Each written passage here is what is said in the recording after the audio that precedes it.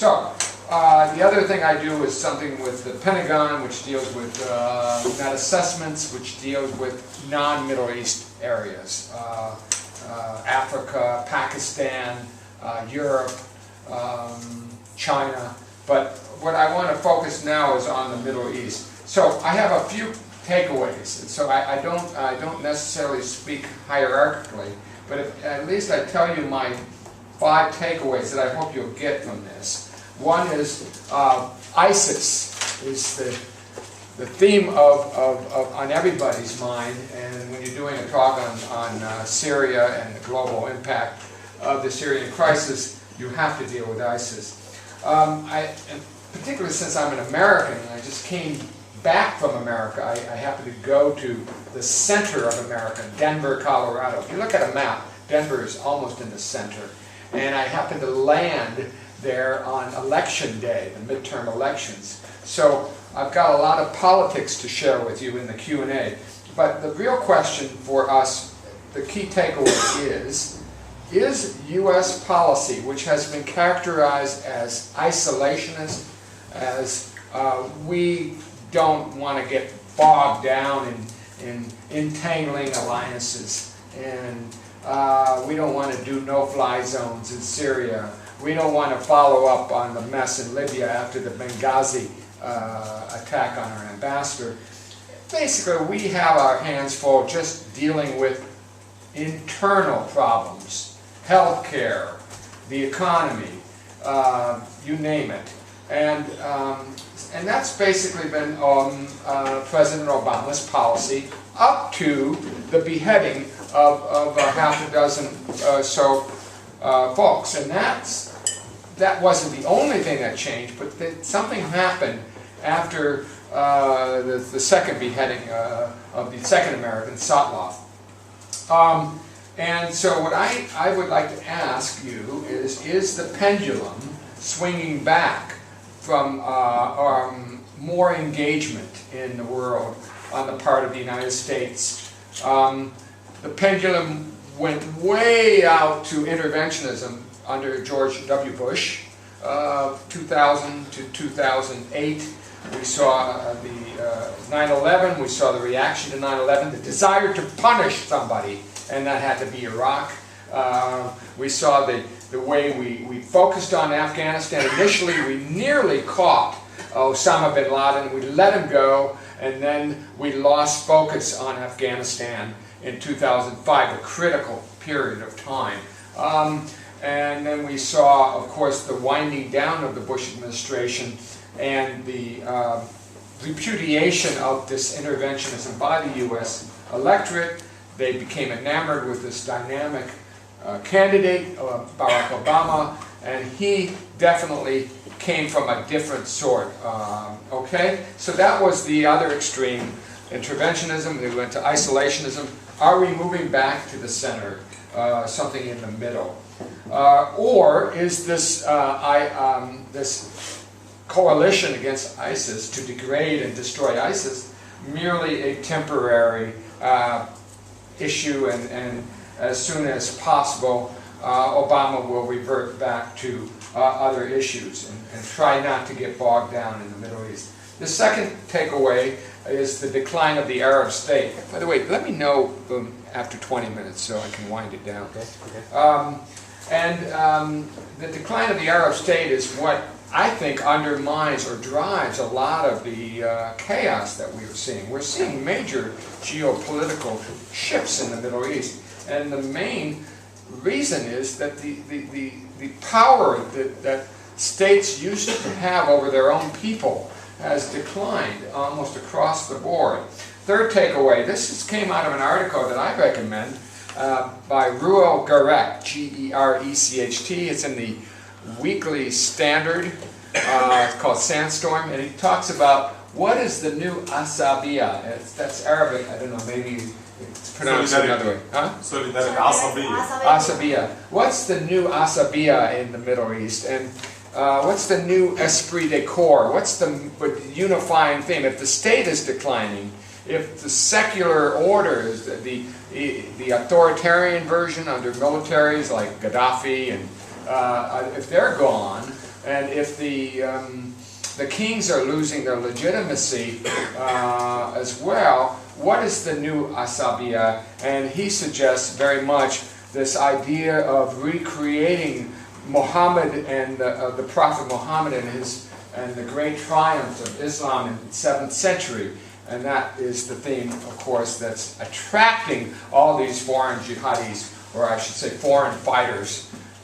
The Jordanian ambassador to the UK forbids me from calling them jihadis. He says they're not really jihadis. Well, let's call them foreign fighters then.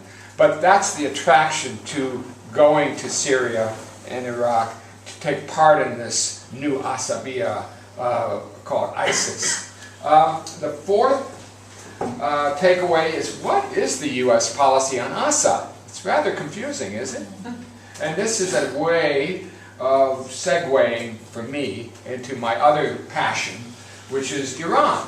Because one of the reasons that the U.S. is sort of tentative about attacking Assad's positions in Syria is because the U.S. is trying to woo Khamenei into a nuclear deal, and thinks that by agreeing to forbear attacking on Iran's really main Arab ally, which is Assad, that somehow a deal might be more forthcoming.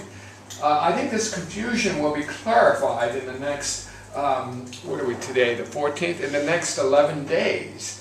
A lot is writing on this, and so perhaps in the Q&A, if you want, I can talk a little bit more about the Iran nuclear dimension to the whole Middle East inferment. And finally, I guess the last takeaway, which is kind of repetitive of what I started with, is where did this ISIS come from?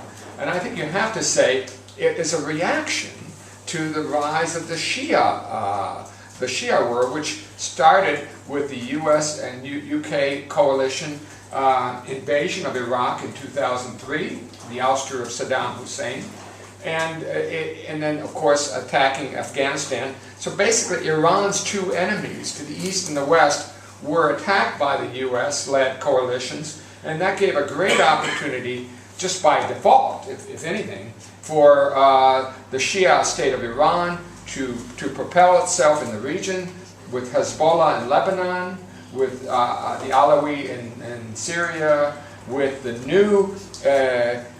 new legitimized Shia majority in Baghdad, with now the Houthi rebellion in Yemen, on and on and on. You see this rising of Shiism.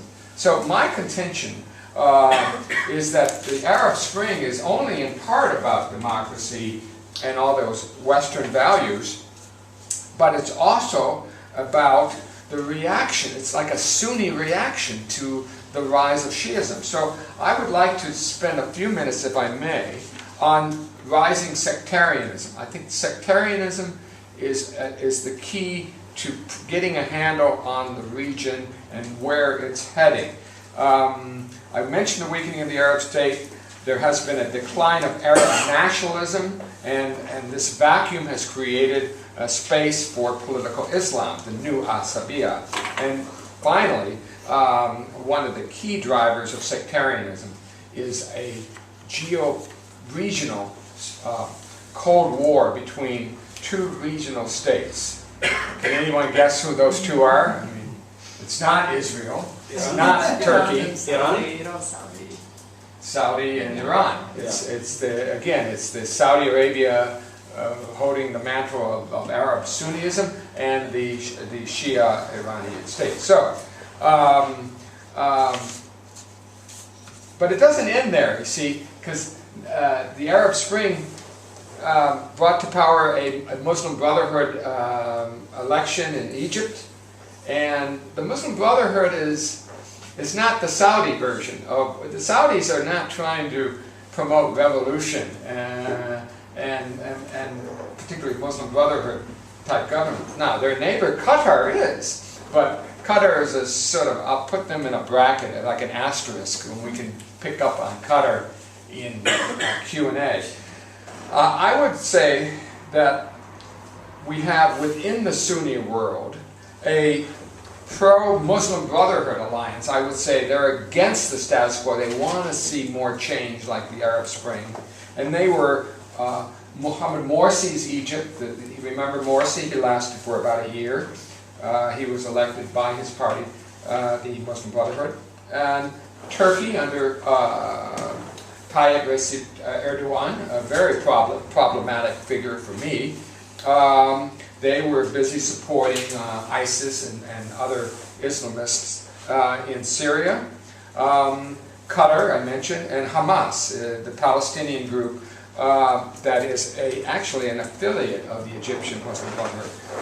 On the other side of the Sunni world is the Sunni Status Quo Alliance, led by Saudi Arabia, some Gulf states like Kuwait, UAE, let's not forget Jordan, it's the kingdom, and Morocco. So these are the monarchies. But then you also have what came after Egypt, Morsi, what came after that experiment in Muslim Brotherhood politics, and that is Sisi's Egypt. And I would throw in the Palestinian Authority as well. They want to preserve the status quo and slow down the Arab Spring. Now, what happened a year ago over the summer was the Sunni pro-Muslim Brotherhood alliance had, I would say they crashed. There was the Taksim Square, Gezi Park demonstrations against Erdogan in Turkey. Morsi was removed in what we should call a coup. Some people call it something else. The Emir of Qatar stepped down at the age of 62, putting on the throne a much younger, more inward-looking son. He's probably more engaged with the FIFA stadiums than he is for the soccer match in 2022 than he is with promoting the Muslim Brotherhood throughout the region. And finally, Hamas found itself weakened on the wrong side of the new Egyptian rulers. Hamas, if you recall, had already decided to throw their lot in with the rebels in Syria, so they had to close down their office in Damascus because the Iranians and the Syrian regime was so angry. So the regional impact of this rising sectarianism is the re-energizing of the AQ brand, the Al-Qaeda brand. I don't mean just Al-Qaeda, of course, the Al-Nusra group we've heard about earlier, but also this new ISIS. We see regional instability. Even Lebanon, which has been quite stable since its civil war came to a conclusion before the millennium, is now edging toward a new sort of second civil war. In Jordan, which is an extremely important state, if you understand the Arab-Israeli conflict in particular, it's got the longest border with Israel of any of Israel's neighbors, and the Hashemites have been very much a pro-Western state since their inception. Jordan itself is under threat, not so much from ISIS coming in with their SUVs with machine guns. I mean, come on.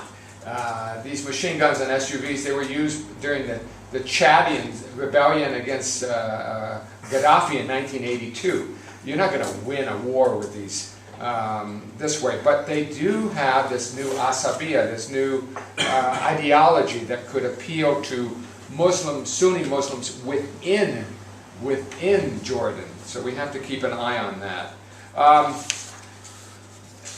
And I think just turning back to Syria for a second, what we see in Syria is whether or not it started as a sectarian conflict. I don't think it really started that way. It was really started in the southern villages. These people were disempowered by the changes in the economy, the sort of sucking in of all the wealth into Damascus, into Assad's cronies, many of them who were Sunni, by the way, and still are.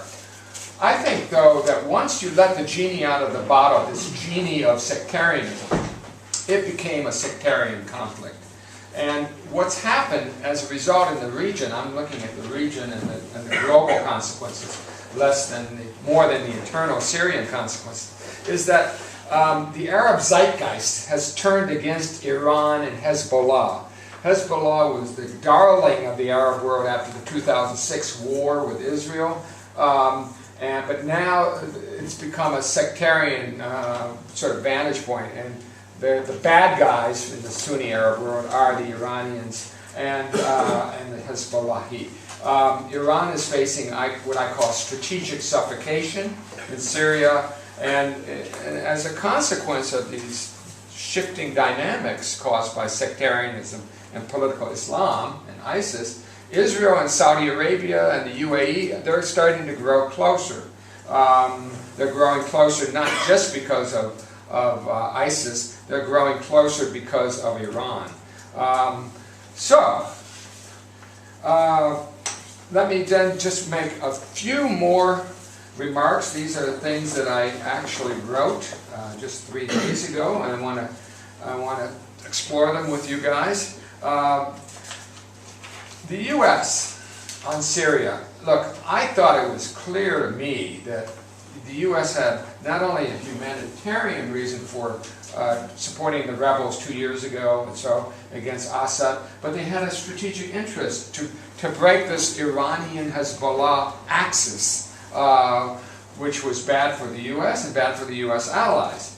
But it didn't work out that way. And you know, every time I go back to Washington over the last 2 years, I kept hearing the counter-terrorism narrative about Syria and not the strategic interest in the Middle East. And what I've begun to realize is that what really matters in Washington is less what's good for the Middle East or what's good for Western interest in the Middle East, and more what's going to protect the homeland. And so this idea that Assad should go kind of lost traction, and then you started hearing what's going to come after. I mean, who's going to hold Damascus together? How are we going to deal with all this chaos, et cetera, et cetera. And then finally, with the culmination of this lightning attack into Mosul and to Iraq, which Americans had sort of conveniently forgotten. You know, they just sort of left it in 2011 and left this very mediocre, almost pathetically, I can't think of a word bad enough to describe Maliki, but if you can find one, use it. This guy really took what was a country that wasn't in such bad shape when the Americans left it, and the British. It was. I mean, the Zarqawi was defeated. The predecessor of ISIS was defeated. The Sunni tribes were with the state of Iraq. Things were on an uptick. But you know, Obama didn't want to pull up his sleeve and do the hard stuff and figure out a way to get over the legal ramifications of liabilities for American soldiers after a conflict ends. In other words, he could have found a way to keep Americans in Iraq, to keep the Iraqi army on the right course. He didn't, and Maliki basically turned the Iraqi army into his own fiefdom, got rid of the Sunni commanders, and put even the good Shia commanders, and basically he reduced the influence of Iraq on the Sunni areas. So when ISIS came a-calling, the Sunni tribes just said, you know, why not? A couple other things. One is, I don't know if anybody saw this item, but last week, and this is consistent with my theme of what happens when the superpower of the world retrenches. Basically, what happens when the U.S. takes early retirement from its global responsibilities? Well, one thing happens is that the Saudis, the Egyptians, the UAE, and Kuwait have just created a rapid reaction force. Can you imagine? An Arab rapid reaction force. I mean, this is stuff that the U.S. used to do, which is, you know, basically tamp down security competition in the region. But now there really is security competition between the Iran-led group, and then you've got a couple of these Sunni radical groups that are promoting the Muslim Brotherhood or Islamists, and then you have this core of what I call the status quo seekers: Egypt, Saudi Arabia, UAE, and Kuwait, forming a rapid reaction force. Basically, it's Saudi money, Gulfi money, and Egyptian soldiers. So you'll see some Egyptians probably going into Yemen if Yemen can't get it together on their own. You already are seeing UAE and Egyptian coordinated attacks on the Islamists in Libya. So that's a kind of a pilot of what I see coming. The second theme that I see is the growing militarization of politics. You know, when the institutional glue at the state level it becomes so weak, military institutions are strengthened. And I don't want to go into examples, but just think about if you're a Sunni villager in 2011 and you rebel and then you find yourself being shot at by these regime thugs. What are you going to do? You're not going to just wait for America or Turkey to send in their troops. You're going to militarize it. And so that's what's happening all across the board as you have this decline of the state. Militarization is not good for political pluralism. It's not good for civil society. It's not good for a free press or protection of minorities or transparency and accountability. Now, are we seeing the end of the Westphalian state? You've already heard talk about the end of Sykes-Picot. Sykes-Picot is just a particular mapping of Iraq and Syria and a couple of other places, but the Westphalian state is the essence of a state. And if that, and modernity itself, and if that is starting to fray, then ISIS is making it's saying, hey, we can replace this Westphalian. We don't believe in states. We believe in the Sharia law, and we are going to recreate the 7th century and recreate the glory of Islam. Well, I think what I predict is ISIS and the AQ cousins. Today I read that they've reunited Jabal al-Nusrat and ISIS. But anyway, those could be the final act of a militarized Islamism.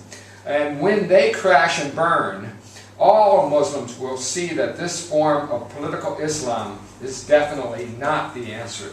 Then the Arabs will develop political institutions of their own, inshallah.